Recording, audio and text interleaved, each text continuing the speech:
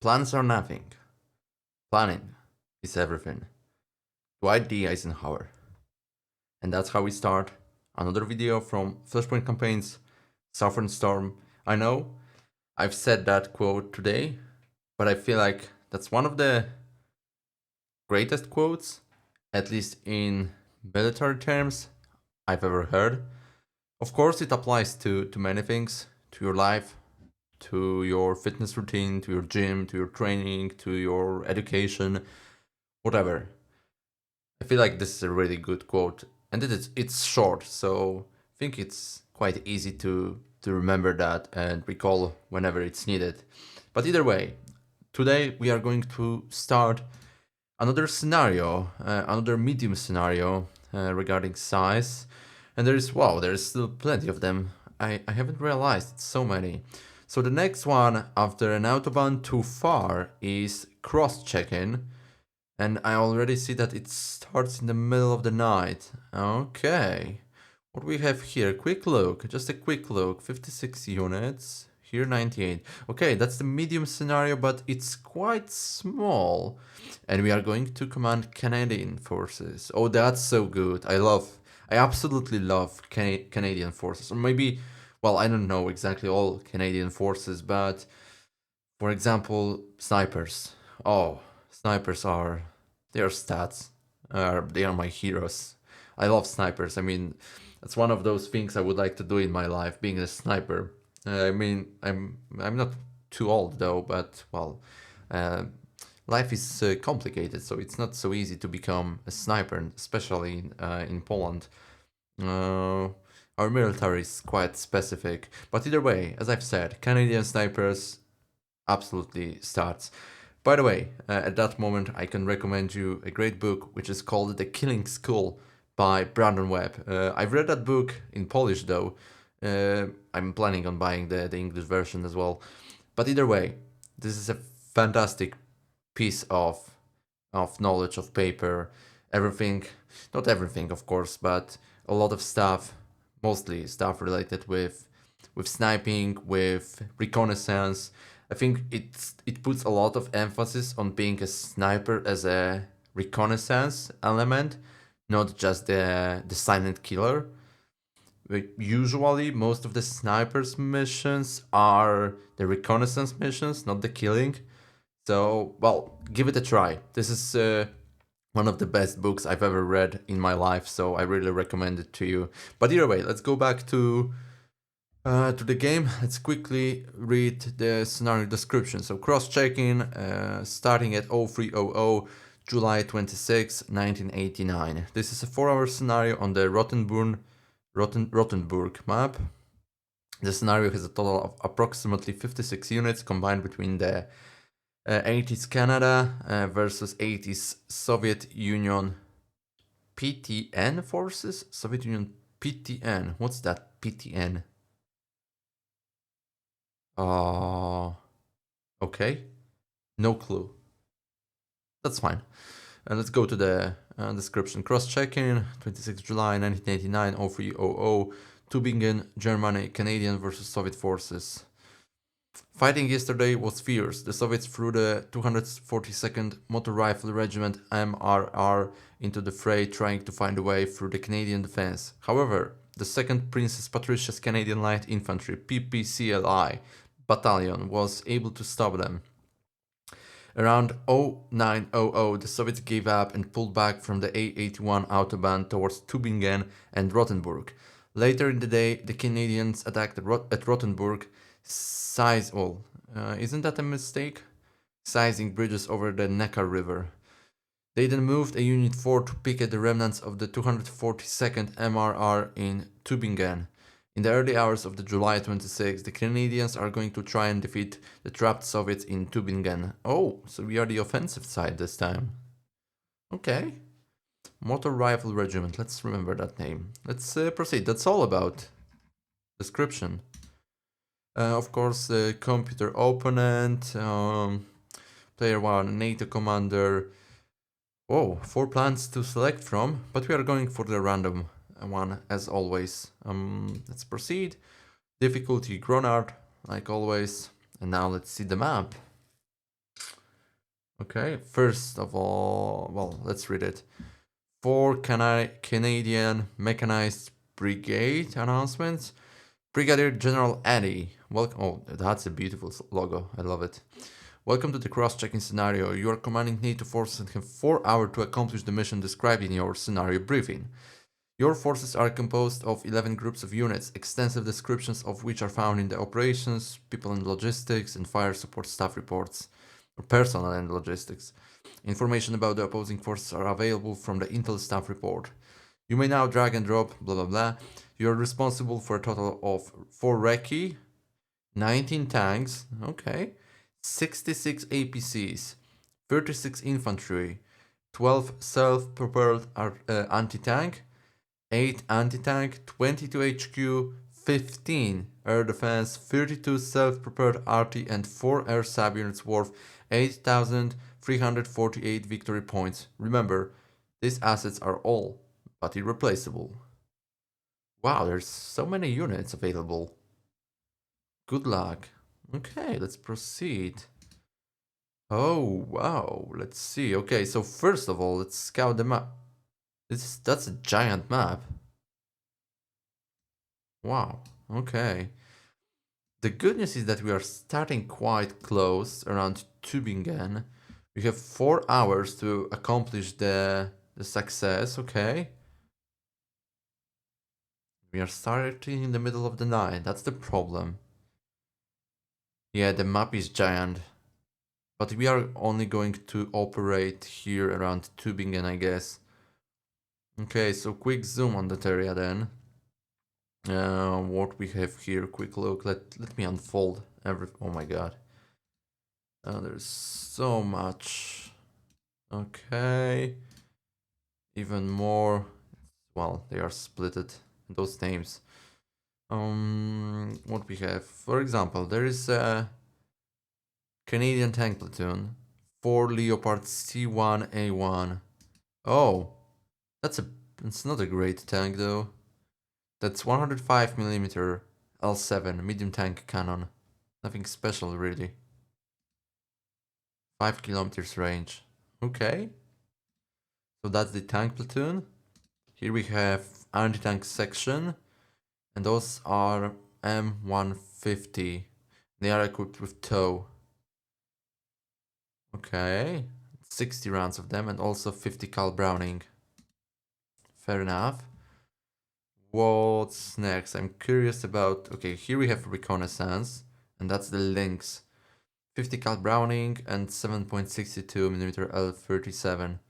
Canadian reconnaissance section. I don't feel like that's a section, it's simply a unit. Okay, and let's go to mechanized infantry. Okay, and here we have M113A2, 4 of them, and 4 mechanized rifles. And mechanized rifles are equipped with C7 rifle, C6 GPMG, and M2 Carl Gustav. By the way, Poland bought some Carl Gustavs last time, but I think that's the M4 currently. Okay, and all of our mechanized infantry forces are consisting of the same. Yeah, I think so. Do we have? Yeah, we have here as well. No, that's the same setup. Okay, so Carl Gustavs. What's the range of Carl Gustav? Weapons. Where is Carl Gustav? Up to 1 kilometer recoilless rifle. Okay, that's a decent range. That's a very decent range. Up to 2 hexes. Okay, very nice. So we have 24 rounds per each mechanized rifle unit. I mean, per each mechanized rifle platoon. 6 per mechanized rifle unit. Fair enough. What about tanks? Okay, here also the same Leopard C1A1. Okay, there's a mortar platoon. Got 6 of them. 81mm M29 light mortar. No, it's more, not 6. That's the platoon? It's 8 of them. That's a lot. Okay. Of course, a lot of firepower, but the area of effect and well, let's call it explosiveness of those rounds. That's not too much. Okay, here we have also some reconnaissance platoon. Okay, this is quite misleading. It says it's a platoon, but that's the HQ.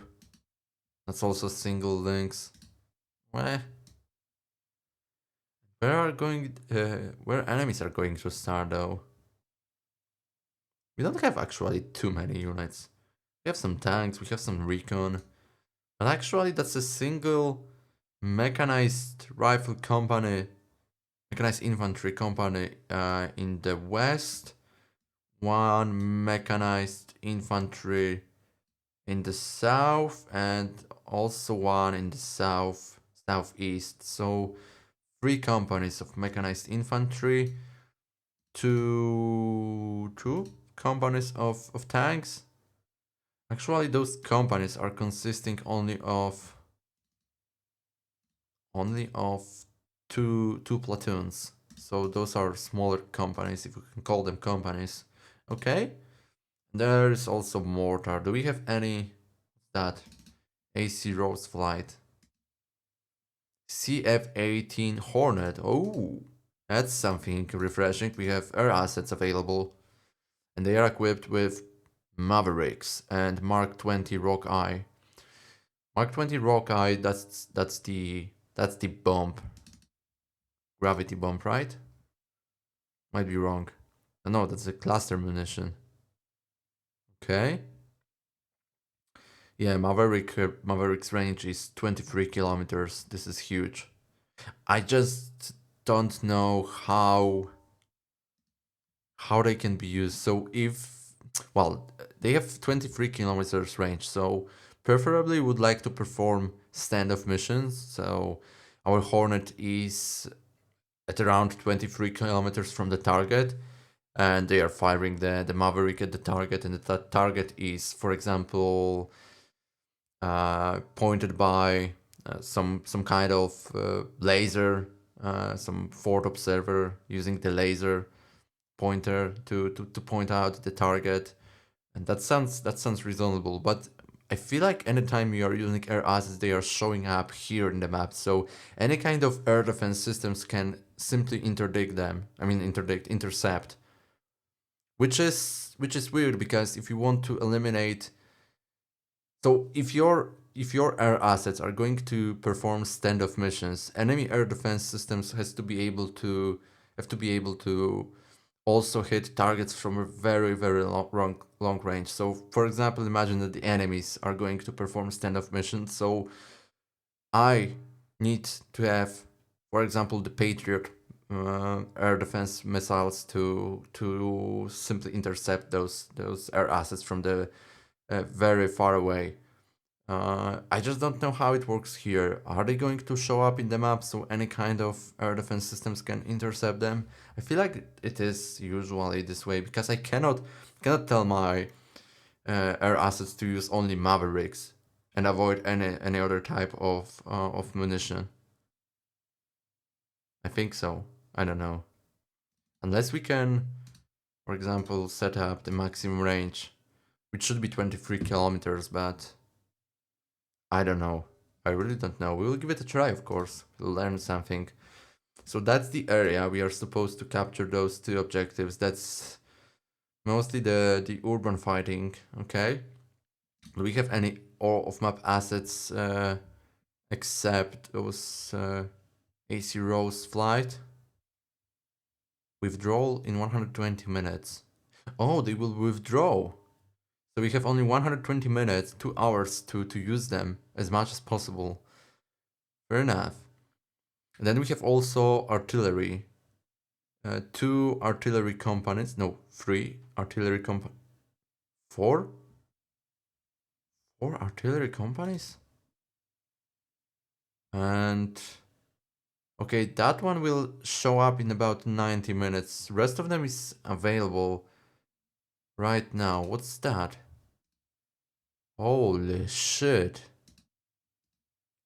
Those are M109 A4B plus 155 mil self-propelled howitzers.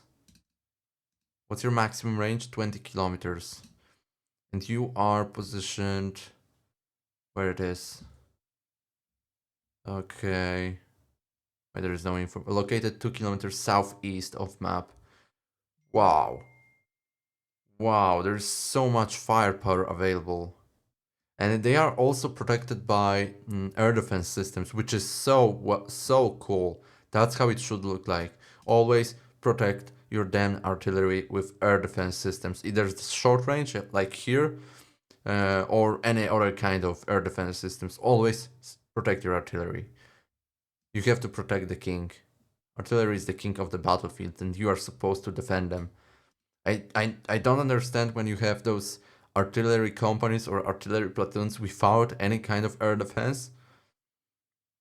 It should be mandatory to keep some air defense subunits together with artillery pieces. This is, yeah, that should be mandatory. I think Ukrainian conflict also prove that true, that you have to have some air defense systems with your artillery. Otherwise, enemies will simply demolish you with kamikaze drones or whatever. Okay, so this is very nice, and we have 3 companies, and the 4th one will show up in about 90 minutes. Huge. What's that? Okay, those are recon assets. Okay, so quick look at now.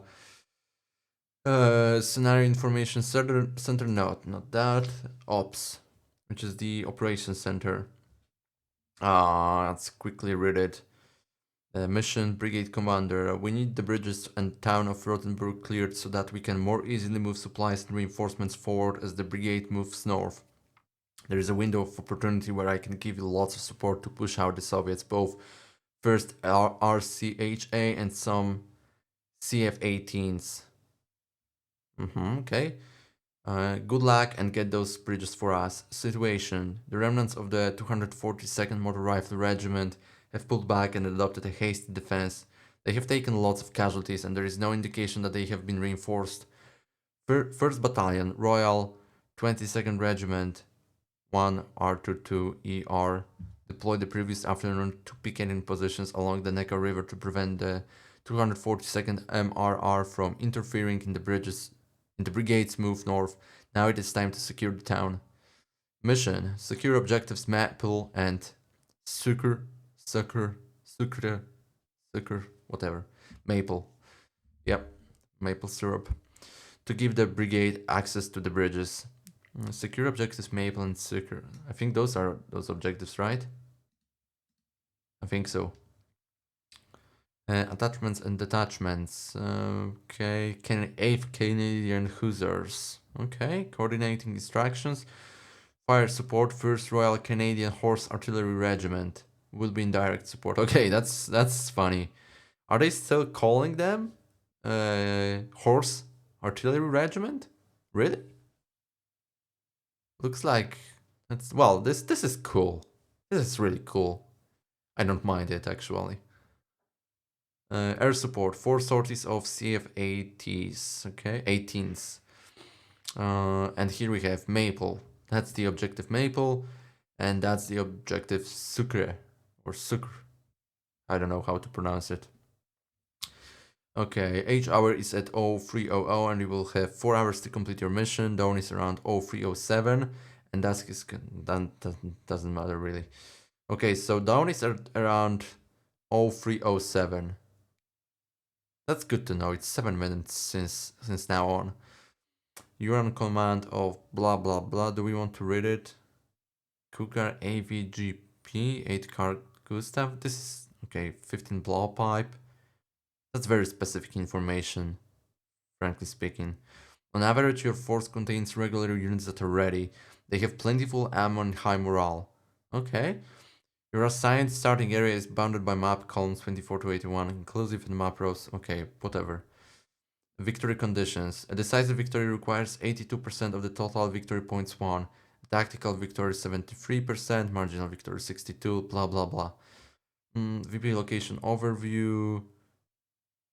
Okay. That's it. Maple, Sucre. Map overlay. Okay. Sitrep?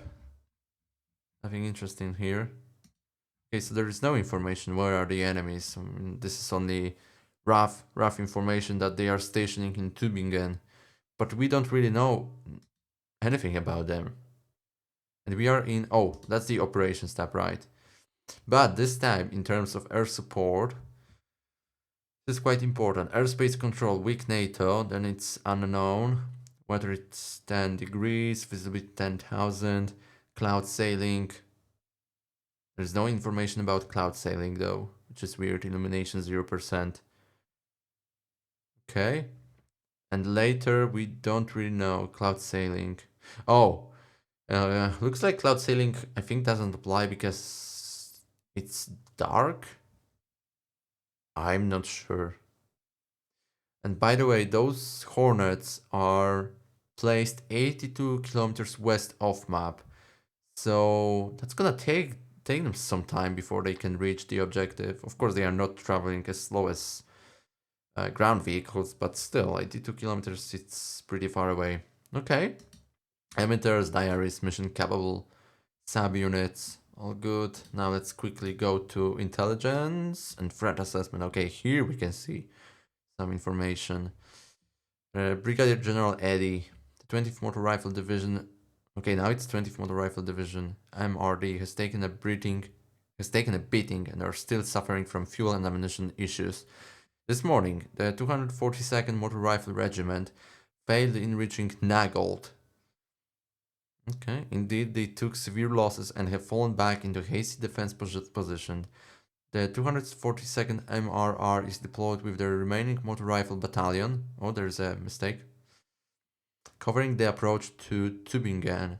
The battalion is at about 50% strength and has a few tanks in support. Okay, so a few tanks, 50% strength. They are really under strength then. That's good to know. The 242nd is supported by the regimental artillery group. It took some losses this morning and is believed to be down to 2 batteries. Okay, those are good information. The Soviet attack helicopter fleet has taken severe losses, so it is unlikely that we will see any of them. Good to know as well. There are indications that the Soviets may try to break out soon. It is not clear if they intend to move east or west. Intel reports indicate that local enemy forces may contain 1 to 10 Recce, 1 to 10 tank, 30 to 40 APC, 30 to 40 infantry, 1 to 10 self-propelled anti-tank, 20 to 30 HQ, 1 to 10 air defense, and 10 to 20 self-propelled RT subunits. And that's it. So they are so they will try to break through, right? That's what I understand. Not entirely sure. So preferably we should close that area west, approach from the east, approach from the southeast, create the pocket here and try to eliminate them one by one. I don't think trying to force an assault into the urban area is wise. And also crossing the river. This is dangerous. This is certainly dangerous. We could also try to outflank them. Which makes sense, but the point is they may also station here. We don't really know that. Preferably we would need to send recon forces to scout the terrain. But we don't have down here any recon elements as far as I see. No, we have only infantry, some tanks, some anti-tank sections, but that's it. All of our recon is located to the west, unfortunately. Okay, this is what it is. It's gonna be tough. They are expected to be in the area bounded by map columns 54 to 81 inclusive and rows 1 to 19 inclusive. Okay. 5481. I don't know which columns are those. 50, well, wait, it is 54. Okay, so starting somewhere here, right? To 81. So up here to the end. Okay, yeah. So they can actually defend those approaches, unfortunately. Sounds like a risky plan to try to outflank them. Okay, there's plenty of bridges though. And what else? Enemy sit trap. Let's see, intelligence summary of active enemy assets at 0300. 1 to 10 Rekid, 1 to 10 tank, 30 to 40 APCs or IAVs, 30 to 40 infantry, 1 to 10 self-propelled AT, 20 to 38 HQ, and 1 to 10 air defense, and 10 to 20 self-propelled artillery. Fair enough, that's it. Know a lot. Also, the electronic warfare burden on them is quite high compared to our very low, which is perfect. Yeah, now let's think about it. So we have plenty of artillery support. I think we should use it as much as possible. So what I would do is to send reconnaissance forward. Try to set up on some of those high grounds. Let me select one of my reconnaissance forces. Yeah, set up somewhere here. You can see that the vision is limited. By the way, does our reconnaissance have any kind of thermal or night visions? Sensors. IR searchlight, okay. IR, but looks like there is no night visions.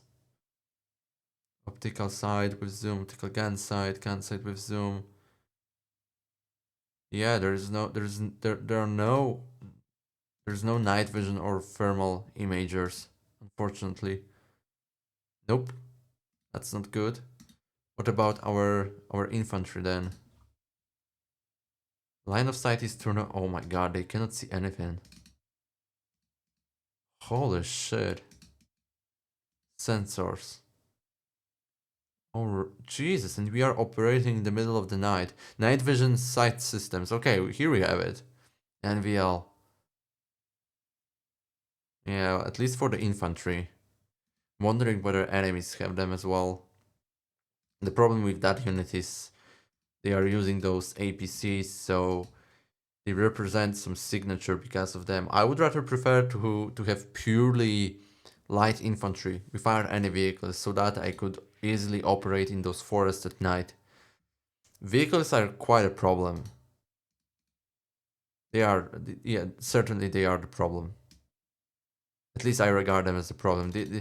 I don't see much value in those vehicles. They just render a lot of noise, a lot of thermal signature. I would certainly prefer to have light infantry, purely light infantry. Okay, but either way, the plan is still the same. We will try to put my reconnaissance guys on top of those hills. Maybe over here we have the hilltop. Over here as well. Then Spitzberg down here. And from those locations, I would like to provide some overview and then try to call for fire. As much call for fire as possible. Eliminate as many units as possible as well. Try to maybe not break enemy's morale because that's not gonna work, unfortunately. It's all about attrition. It is what it is, as I've said in the last series, the last scenario. But at least to try to eliminate as many of them as possible by using simply artillery fire. And since we have a lot of it, this is certainly doable. Try to keep tanks as a fire support element. Absolutely, we are not going to push tanks to the urban area. It doesn't make any sense. It's a death sentence for our tankers. So absolutely not. We'll keep them far away as a fire support element. There's plenty of high ground, so we can support it from there. And that's it. Actually, I feel like from the, let's call it the right bank of Neckar River, we will support the northern attack, and from the north we will support the southern attack, I guess, with our tanks. But we'll see how it will play out. Certainly we are not going to push into the cities, absolutely not, because they will be decimated. Same about our anti-tank elements. And also, who else? Well, infantry. Actually, infantry will be responsible of getting into the urban area. But first we are trying to clear it as much as possible, as I've mentioned. I think already 3 or 4 times. So that's the plan. The good news is that we are not operating with too many units. We have quite a good amount of off-map assets, so it's always easier because we don't need to give them order here, the ground. Just need to call fire support or leave it to FSCC to do it automatically. But we will see. We actually may need to rely on manual targeting. But for today, I think that's it. I hope you enjoyed that introduction, and hopefully see you in the next one, where we will start deploying our forces and possibly assign some first SOPs. Yep, so that's it. Anyway, once again, thank you and see you next time. Goodbye.